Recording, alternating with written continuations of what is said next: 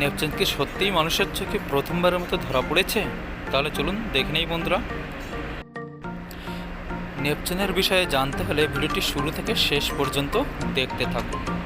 আর যদি আপনি আমার চ্যানেলে নতুন হয়ে থাকেন তাহলে কিন্তু অবশ্যই চ্যানেলটি সাবস্ক্রাইব করে আমাদের পাশে থাকুন। তাহলে চলুন নেপচুন বিষয়ে জেনে নেই। নেপচুন সৌরজগতের অষ্টম সবচেয়ে দূরবর্তী গ্রহ। এই নেপচুন মানব ইতিহাসে প্রথমবারের মতো দেখা গিয়েছিল 1612 সালের আজকের এই দিনে।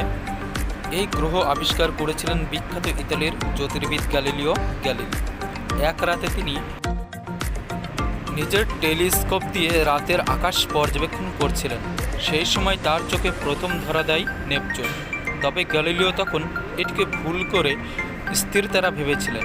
গ্যালিলিও পরে তার পর্যবেক্ষণপত্রে নেপচুনে অবস্থান লিপিবদ্ধ করেন।